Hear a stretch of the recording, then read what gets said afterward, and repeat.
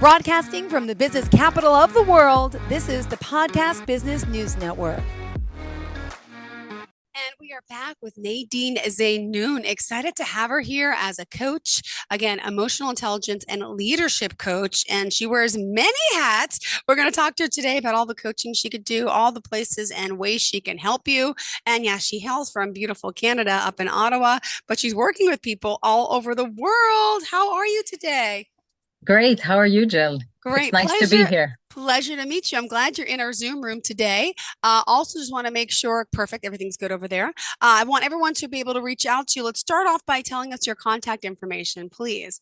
Okay, so my website is nadinezainoun.com, which is Nadine, Nadine, and Zainoun is Zeinoun.com. So if they want to book a call or see anything, watch any podcast or video or whatever, they can go to my website and they can find everything over there. Great. And I know this is not our first time on the show, but the first time in our room. I got to find out a little bit about you. And I think it's important for our Sure, listeners too. I know you're an sure. award-winning marketer. You have a lot of expertise. So please tell me a little bit about you before we begin. Okay. Okay, so originally my background is in pharmaceuticals. So I used Hmm. to be a manager in a pharmaceutical company, so Merck and Co. And Yeah. I was there for a long period of time. And then I made a shift in my career. So I went into emotional intelligence and coaching and conversational intelligence. And I must say it was a lucky day for me when I left the pharma and went into this new journey because really I found myself in this journey and I really enjoy helping people and supporting them. Mainly, I work with leaders, so supporting leaders to develop their emotional intelligence and become more effective leaders in their organizations. Perfect. Now, again, I know you've been here before. You've talked about the work you do. Would you mind just sharing a little bit about this type of work for corporate leaders and the benefits Sure. of it to help them? Share really a little bit about what you do. Sure, of course. So I work with either corporate leaders one-on-one with the leader himself or herself, or I work with the team. But in both cases, we work to create a more harmonious and efficient team that is happy, that is really committed and engaged, and they want to give their best. So I support the leader in developing themselves in their emotional intelligence and conversational intelligence so that they can build this team, or I work with the team together so that they can be more, they know how to understand each other, how to work better together, how to engage better together so that they can really get the best results they want for the business and for the team. I love it. I love it. And by the way, also I was reading, you had some serious obstacles in your life that we all have had obstacles, right? That kind of make Yeah. you who you are. But you said you had an issue with the job back in 2010, but Hmm. and as a successful brand manager, what that meant, what happened, and how did that change your mindset? Yeah. Yeah. That was actually the first that was the first knock I had to knock on the door of emotional intelligence. And that was when I needed it myself as a Yeah. leader. So, so, being a brand manager, you're just managing a brand and you're working all on your own. So you control everything. It's easy for you to do that. And then I was like given this position where I had a team and I was actually managing 8 people in a team. And that was a big problem for me because I wasn't knowing how to connect with them. I wasn't Hmm. really understanding them. I thought that they, functioned like I do. Yeah. So I assumed that, and that's how I worked with them. But then I learned the hard way that this is not the way to go. Hey. You really have to understand them. You really have to connect with them. Each person is different, etc. And that's when I started working on my emotional intelligence. But it was hard. It was hard at the start, because um, it was kind of like facing failure for a Yeah. start, Hmm. after being a marketeer, award-winning marketeer, and then coming here and seeing, okay, I don't know how to work with these people. That was like a big, big hit for me and for my ego, I must say. Of And course. yeah, I suffered. It was frustrating at the start. And that's why I can really understand leaders in the position where their people are not committed, their people are not engaged, they're not really giving their best, they're not taking initiative. So I can feel what they felt because I was there Yeah. and I know how painful it is Uh, to be in such a position. Absolutely. So now you're helping those optimize communication, building trust, and of course, transforming, as you say, disengagement to empowerment. What did you have for us Exactly. today? What did you want to share with us? If you want, we can talk about not only emotional intelligence, but more on how to build trust with the team, Mm-hmm. because I think that's like the essence, and that's like the first step of of if you want to have a harmonious team, you need to be really good in building trust with them. So Mm-hmm. we can talk about trust Sure. if you'd like. Mm-hmm. And one thing I want to say about trust is that, I mean, Jill, I know you know many people, but I want you to think of those who you trust. Okay. Oh, So yeah. how is the relationship different? Oh, you're right. There's only a handful of people that I trust. It's different. I just there's no fear, no. I speak my mind. I love those that I trust, but it's hard to come by. Yeah, you just have this open sense of ease and feeling good when you talk to them because you just know no matter what, they have your back. Yeah. Exactly, exactly, absolutely. So you see this beautiful feeling that you get from Yeah. these people, Hmm. and this is because trust changes our neurochemistry. So it's not just a feeling that I have with you. It's actually my neurochemicals are changing when I am with you. So I have more oxytocin in my Ah. body, and oxytocin, you already know, I'm sure, a lot about it. So this is the bonding hormone. So it creates this very strong bond, but it not only creates a strong bond between me and you, it allows me to access areas in my brain that I cannot access when I'm not high on trust. So I can work better, be more efficient. I can think in a more positive way, see opportunities. So it allows me to really access areas in my brain that I don't usually access. And this allows for very high performance. So that's Oh, the essence of trust. okay. Interesting. Go ahead. Yeah. So the leader, if the leader really wants to create that team, it's Hmm. very important for them to start by creating that trust. And how do we create trust with a team? Simply, you mentioned something about how you're open when you are under trust. So when you're under the effect of oxytocin, you're more open, you share more openly, you give information, Yeah. you want to contribute. Hmm. So, in the same way, a leader needs to start by doing those things with his or her team so that they can start feeling the trust. So transparency is like the first step towards building trust with the team. Interesting. All right. I'm ready. I'm ready to learn. I'm ready to learn. Go ahead. Okay. So so transparency. Let's look at transparency. So what do we Okay. mean by transparency? I mean, first of all, a leader, they need to be transparent not only with business things. So if I want to connect with you, Jill, okay, of course I need to be transparent in what I expect from you. Hmm. So yeah, I'm going to tell you, Jill, you're here on the job, you're new in the team, this is what I expect. These are the Yeah. things I want from you. So first of all is clarifying expectations, which Okay. is very important for the leader to have. Hmm. But it's not only that, it's also being honest and transparent about how you're performing versus Okay. these expectations. So if I sense that you're not on track, if I sense that you might need help, you might need support, it's very important for me to keep that discussion going, that transparency going. And most importantly, it's important for me to be transparent about my feelings. Okay. And this is a difficult part for leaders in general. Okay, I don't want to Yeah. stereotype, but leaders in general, they more focused on, you know, analysis, logic, facts, data. Hmm. So they don't think much about conveying the emotions that they Okay. have and what are they feeling. But this is essential for creating trust. And I'll tell you why. Because, if I come to you, Jill, and I just tell you, Jill, go do this, Yeah. how would you feel? Not good. Not respected. Not be telling me what to do is different than asking me, talking about it. I feel like you're a leader and a boss, and you're making me feel so inferior and not good about myself. And it's going to put me on edge and guard. And it's not going to make me happy or do my best work, I don't think. Exactly, exactly. You're going to be in fear mode. And when you're in fear mode, you're not going to be able to give your best. Absolutely. So, on the other hand, if I come to you and I tell you, Jill, I need a favor from you. really, really stressed out because of this project that I have, and I need some support on some data, and I know you can give them to me.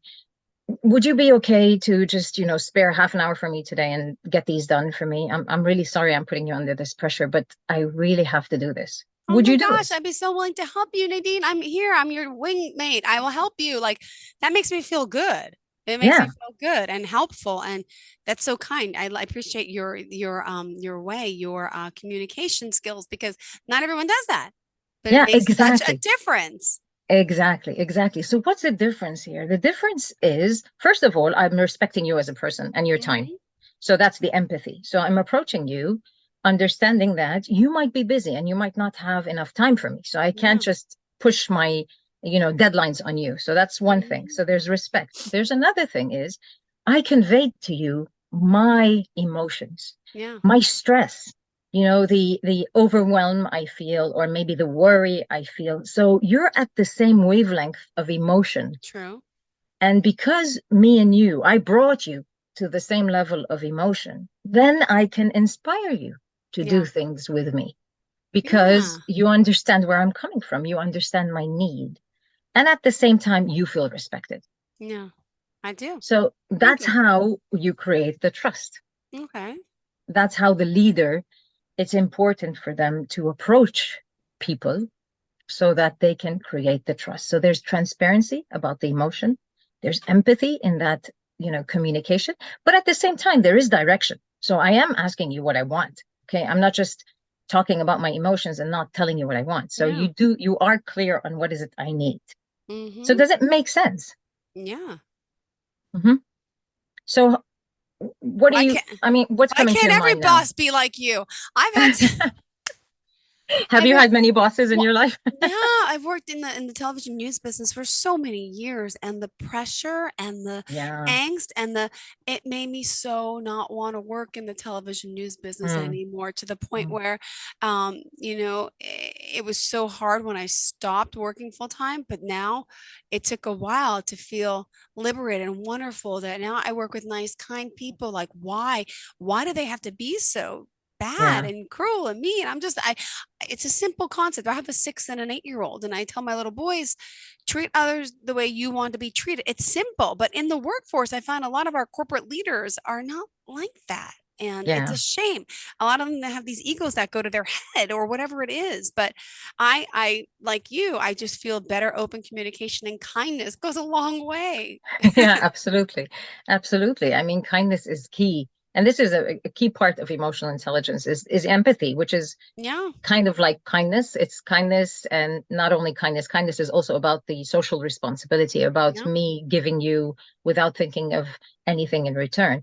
So yeah, I mean, nowadays, unfortunately, we think of leadership like um, it's something where I need to be the boss. I'm coming from, on top. You said something that there's yeah. no I make you feel inferior when I come Hmm. and throw my, orders at you. Of course, and leadership, good leadership, we know now that it's not about difference in power. It needs to be same power. So me and you need to be at the same level of power, and I need to treat you at Yeah. with that, and every behavior that comes from me or everything I say needs to be aligned with the fact that we're at equal power, so that you feel respected, I True. feel respected, there's space for you in the relationship, there's space for me in the relationship, and together we can create something much better than each one of us on his own or her own.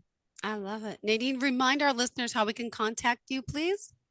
Again, you can book a call with me on www.nadinezainoun.com, and Nadine, Nadine, Zainoun, Zeinoun.com. So it's simply my name and then .com. And you can Perfect. find a book a call there. Great. Thank you so much. All right, let's continue the conversation. Go ahead, hon. What else do we have for us? So what do you when you hear these things about, leadership, uh, challenges of leadership, trust, what comes to your mind? I mean, what are some examples that hit you when you think of that? Well, I think I kind of touched upon the negative of it, like the people that weren't trusting, Hmm. that didn't have good communication skills. But then on the other hand, I can go back in the workplace and think about leaders that were so communicative and so good to me. And that's the job that I can look back and say, I wholeheartedly gave my all and I love that job. And it was such a good work environment. There was such team camaraderie when, like, the bosses were like more like friends and not pompous authoritative figures, but I Yeah. think I did a better job. I Yeah. mean, I really felt more productive and yeah. Yes. I I love that, Jill. Thank you for sharing that. So you see this experience that you had. This is due to the trust and the Hmm. impact of the trust on your neurochemistry and how the neurochemistry changes the way you behave. You see, Hmm. you told me I was giving my best. I was doing my best. You were happy doing that job. Yes. So you were Yes. committed. Yeah. And that's the effect of, the neurochemistry change in you because Okay. that leader was able to build that trust with you. So you will behave differently with this. And this is amazing. We say in conversational intelligence, which was created by Judith Glaser, she says, trust changes reality. And True. what does she mean by that? It means that if I trust you, Jill, Hmm. you might do something to me, True. and I will look at it in a very good way. And I would Okay. say, oh, Jill behaved this way because so and so, because she's going through this and this. And yeah, I understand her. So I would understand you better. I Hmm. would interpret the things you do in a positive way. I would share with you more, as you said. True. I would also interpret everything that you do or say in a very positive and loving way. Yeah. Why? Because of the oxytocin that's in my body, that's circulating in my body. On the other hand, what happens when we don't trust our leader or the Mm. person we're with? That's when you said something before that Oh, you told me that when I give you an order or if I'm, autocratic, you would feel like I'm making you feel inferior and you would feel like defensive. defensive. That's a great word. Yeah, Yeah. totally defensive. Yeah. Again, that's due to neurochemistry. So it's due to the cortisol that is produced when we feel distrust, because when distrust, our brain understands distrust as fear. Okay. So it increases the cortisol levels in our body, Hmm. and cortisol, the stress hormone. So it stresses us out. It makes us feel like we need to survive. We're threatened and we need to survive. And when I'm thinking in survival mode, Mm. I'm not really thinking in thriving mode. I'm just thinking that I want to protect myself. So my focus is on me. So it's a self, I'm looking at myself only. I'm not thinking of the team. I'm not thinking of the organization. Yeah. I'm not thinking of impact of others, things around me.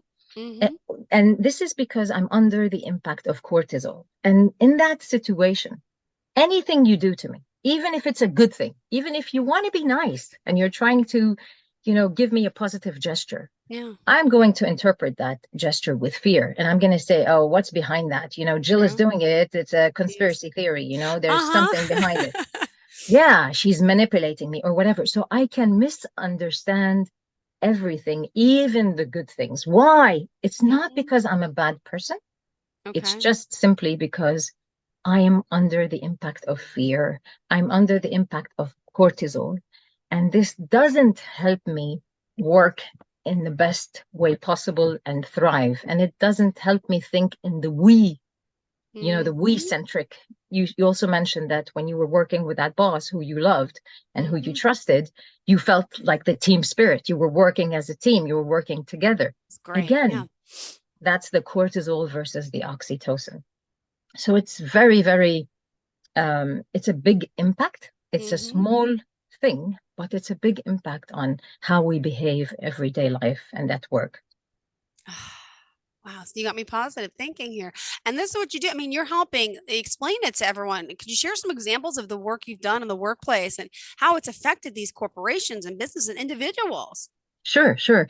I'll give you an example, like one leader, for example. So I'll tell you how it happens. So when there's distrust between, the leader and the employee. So like this leader came to me, he was complaining that there was an employee in his team who he felt was totally, totally disengaged. Hmm. And he called lazy. So he called this employee, she's lazy. She doesn't care about anything. She just cares about herself. She just wants to do, the minimum and just get going at 5.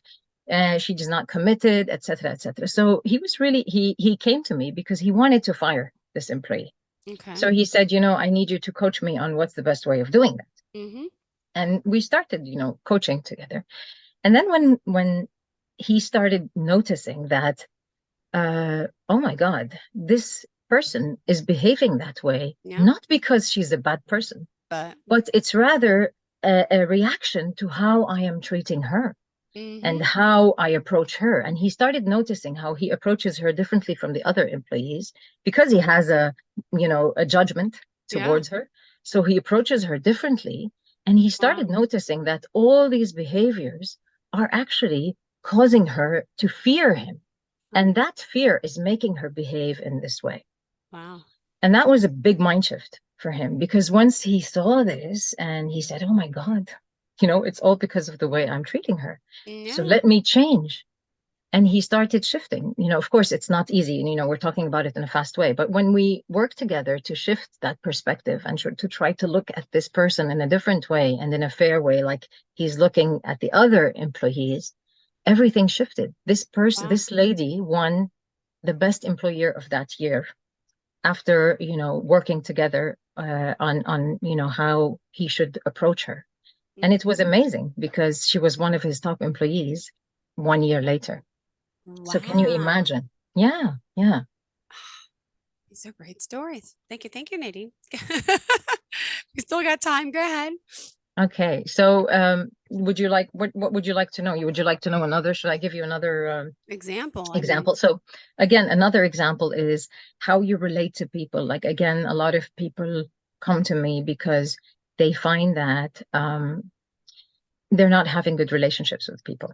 okay. And they want to better create relationships in the workplace because this is hindering their growth, it's hindering their career path, Mm-hmm. etc. So one of the leaders who came to me, she actually, it's a lady.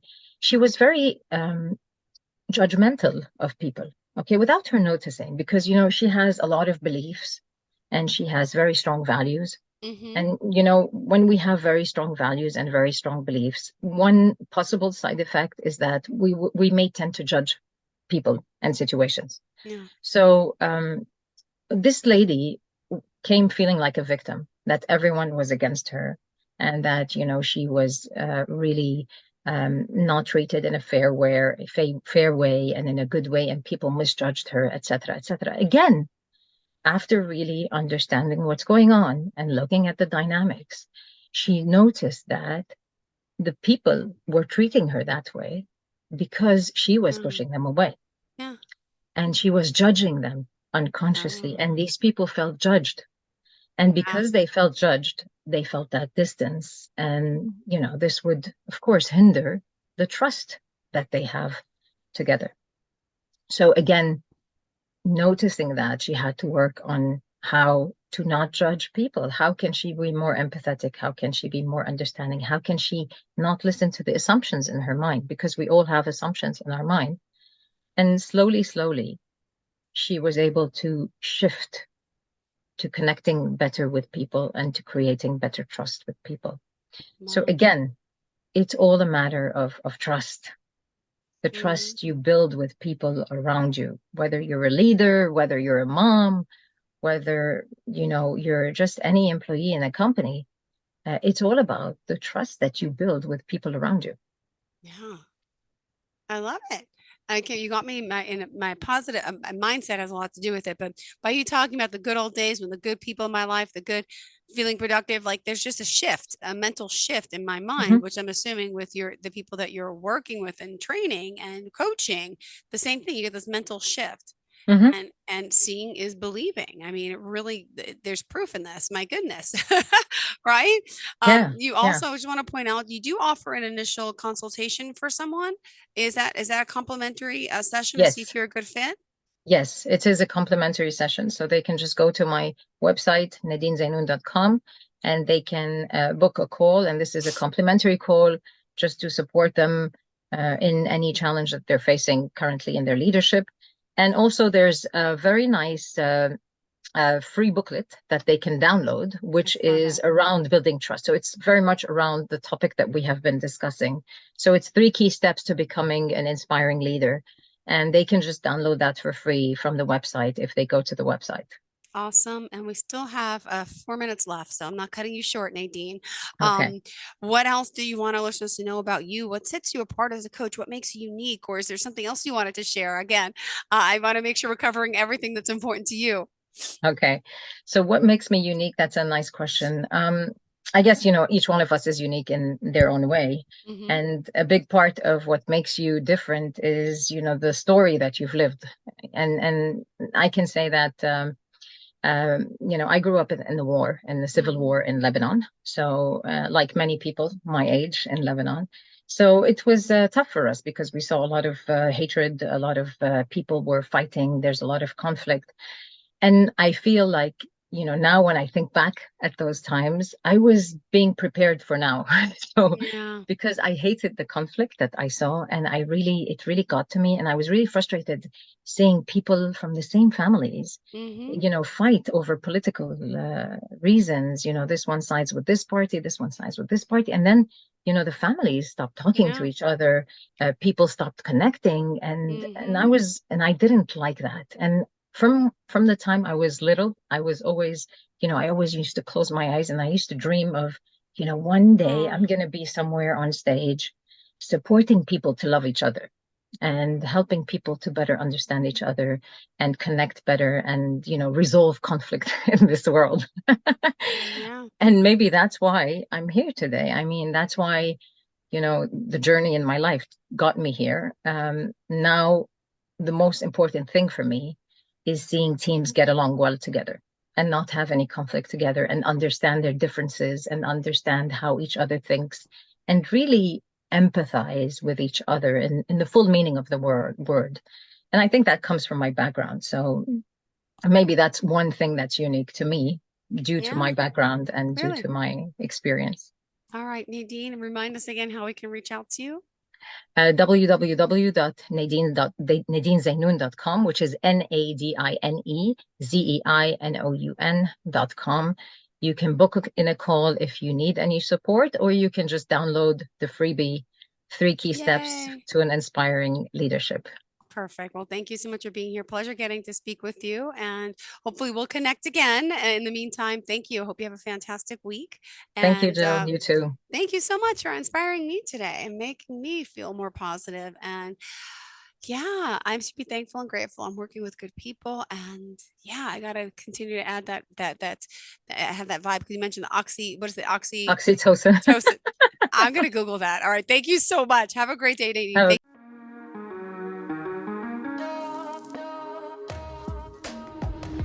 Broadcasting from the business capital of the world, this is the Podcast Business News Network.